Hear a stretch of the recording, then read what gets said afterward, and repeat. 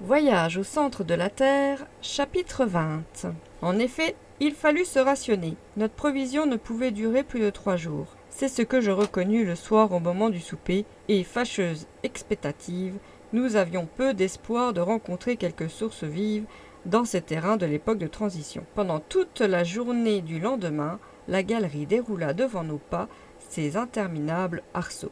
Nous marchions presque sans mot dire. Le mutisme de Hans nous gagnait. La route ne montait pas, du moins d'une façon sensible, parfois même elle semblait s'incliner.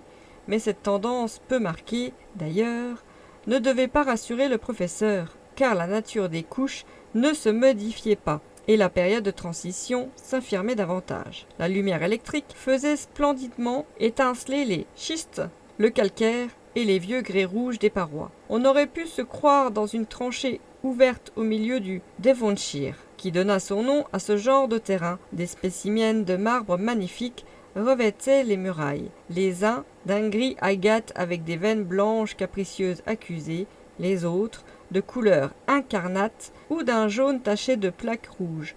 Plus loin des échantillons de ces griottes à couleur sombre, dans lesquelles le calcaire se relevait en nuances vives. La plupart de ces marbres offraient des empreintes d'animaux primitifs. Mais depuis la veille, la création avait fait un progrès évident. Au lieu des trilobites rudimentaires, j'apercevais des débris d'un ordre plus parfait, entre autres des poissons, ganoïdes et ces sauropteris dans lequel l'œil du paléontologiste a su découvrir les premières formes du reptile. Les mers dévoniennes étaient habitées par un grand nombre d'animaux de cette espèce, et elles les déposèrent par milliers sur les roches de nouvelles formations. Il devenait évident que nous remontions l'échelle de la vie animale dont l'homme occupe le sommet. Mais le professeur Lidenbrock ne paraissait pas y prendre garde. Il attendait deux choses. Ou qu'un puits vertical vint à s'ouvrir sous ses pieds et lui permettre de reprendre sa descente, ou qu'un obstacle l'empêcha de continuer cette route. Mais le soir arriva sans que cette espérance fût réalisée. Le vendredi, après une nuit pendant laquelle je commençais à ressentir les tourments de la soif, notre petite troupe s'enfonça de nouveau dans les détours de la galerie. Après 10 heures de marche, je remarquai que la réverbération de nos lampes sur les parois diminuait singulièrement. Leur marbre, le schiste, le calcaire, les grès des murailles faisaient place à un revêtement sombre et sans éclat. À un moment où le tunnel devenait fort étroit, je m'appuyai sur sa paroi. Quand je retirai ma main, elle était entièrement noire. Je regardai de plus près, nous étions en pleine houillère. « Une mine de charbon !» m'écriai-je. « Une mine sans mineur !» répondit mon oncle. « Et, qui sait ? Moi, je sais, répliqua le professeur d'un ton bref. Et je suis certain que cette galerie percée à travers ces couches de houille n'a pas été faite de la main des hommes. Mais que ce soit ou non l'ouvrage de la nature, cela m'importe peu. L'heure du souper est venue. Soupons. Hans prépara quelques aliments. Je mangea à peine, et je bus les quelques gouttes d'eau qui formaient ma ration. La gourde du guide à demi pleine, voilà tout ce qui restait, pour désaltérer 3 hommes. Après leur repas, mes 2 compagnons s'étendirent sur leur couverture et trouvèrent dans le sommeil un remède à leur fatigue. Pour moi, je ne pus dormir et je comptai les heures jusqu'au matin. Le samedi, à 6 heures, on repartit. 20 minutes plus tard, nous arrivions à une vaste excavation. Je reconnus alors que la main de l'homme ne pouvait avoir creusé cette houillère. Les voûtes en eussent étançonné, et véritablement, elles ne se tenaient que par un miracle d'équilibre. Cette espèce de caverne comptait 100 pieds de large sur 150 de hauteur. Le terrain avait été violemment écarté par une commotion souterraine. Le massif terrestre, cédant à quelque puissance poussée, s'était disloqué, laissant ce large vide où des habitants de la Terre pénétraient pour la première fois. Toute l'histoire de la période houillère était écrite sur ces sombres parois, et un géologue en pouvait suivre facilement les phases diverses. Les lits de charbon étaient séparés par des strates de grès ou d'argile compacte. Et comme écrasée par les couches supérieures, à cet âge du monde qui précédait l'époque secondaire, la terre se recouvrit d'immenses végétations dues à la double action d'une chaleur tropicale et d'une humidité persistante. Une atmosphère de vapeur enveloppait le globe de toutes parts, lui dérobant encore des rayons du soleil. De là, cette conclusion que les hautes températures ne provenaient pas de ce foyer nouveau. Peut-être même l'astre du jour n'était-il pas prêt à jouer son rôle éclatant. les climats n'existaient pas encore et une chaleur torride se répandait à la surface entière du globe, égale à l'équateur et au pôle. D'où venait-elle? De l'intérieur du globe. En dépit des théories du professeur Lindenbrock, un feu violent couvait dans les entrailles du sphéroïde. Son action se faisait sentir jusqu'aux dernières couches de l'écorce terrestre. Les plantes privées de bienfaisantes effluves du soleil ne donnaient ni fleurs ni parfums,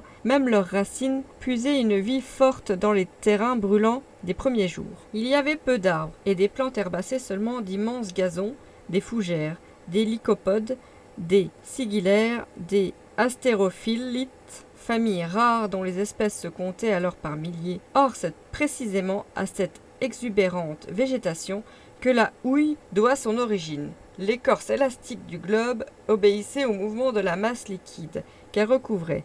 De là, des fissures, des affaiblissements nombreux, les plantes entraînées sous les eaux formèrent peu à peu des amas considérables. Alors intervient l'action de la chimie naturelle. Au fond des mers, les masses végétales se firent tourbes d'abord, puis grâce à l'influence des gaz et sous le feu de la fermentation, elles subirent une minéralisation complète. Ainsi se forment ces immenses couches de charbon qu'une consommation excessive doit, pourtant, épuiser au moins de 3 siècles. Et si les peuples industriels n'y prennent garde, ces réflexions me revenaient à l'esprit pendant que je considérais les richesses houillères accumulées dans cette portion du massif terrestre. Celle-ci, sans doute, ne sera jamais mise à découvert. L'exploitation de ces mines reculées demanderait des sacrifices trop considérables. À quoi bon? D'ailleurs, quand la houille est répandue pour ainsi dire à la surface de la terre, dans un grand nombre de contrées, aussi telles que je voyais ces couches intactes, telles elles seraient encore lorsque sonnerait la dernière heure du monde. Cependant, nous marchions, et seul de mes compagnons, j'oubliais la longueur de la route, pour me perdre au milieu des considérations géologiques. La température restait sensiblement ce qu'elle était pendant notre passage au milieu des laves et des schistes. Seulement, mon odorat était affecté par une odeur fort prononcée de protocarbures d'hydrogène. Je reconnus immédiatement dans cette galerie la présence d'une notable quantité de ce fluide dangereux auquel les mineurs ont donné le nom de grisou, et dont l'explosion a si souvent causé d'épouvantables catastrophes. Heureusement, nous étions éclairés par des ingénieux appareils de Ruhmkorff. Si par malheur nous avions imprudemment exploré cette galerie, la torche à la main, une explosion terrible eût fini le voyage en supprimant les voyageurs. Cette excursion dans la houillère dura jusqu'au soir. Mon oncle contenait à peine la patience que lui causait l'horizontalité de la route. Les ténèbres, toujours profondes, à 20 pas, empêchaient d'estimer la longueur de la galerie, et je commençais à le croire interminable, quand soudain, à 6 heures, un mur se présenta inopinément à nous. À droite, à gauche, en haut, en bas, il n'y avait aucun passage, nous étions arrivés au fond d'une impasse. « Eh bien, tant mieux !» s'écria mon oncle. « Je sais au moins à quoi m'en tenir. Nous ne sommes pas sur la route de Scanuzum, et il ne reste plus qu'à revenir en arrière. Prenons une nuit de repos, et avant 3 jours, nous aurons regagné le point où les 2 galeries se bifurquent. »« Oui, dis-je, si nous en avons la force. »« Et pourquoi non? Parce que demain, l'eau manquera tout à fait. »« Et le courage manquera-t-il aussi ?» dit le professeur en me regardant d'un œil sévère. Je n'osais lui répondre. Fin du chapitre 20.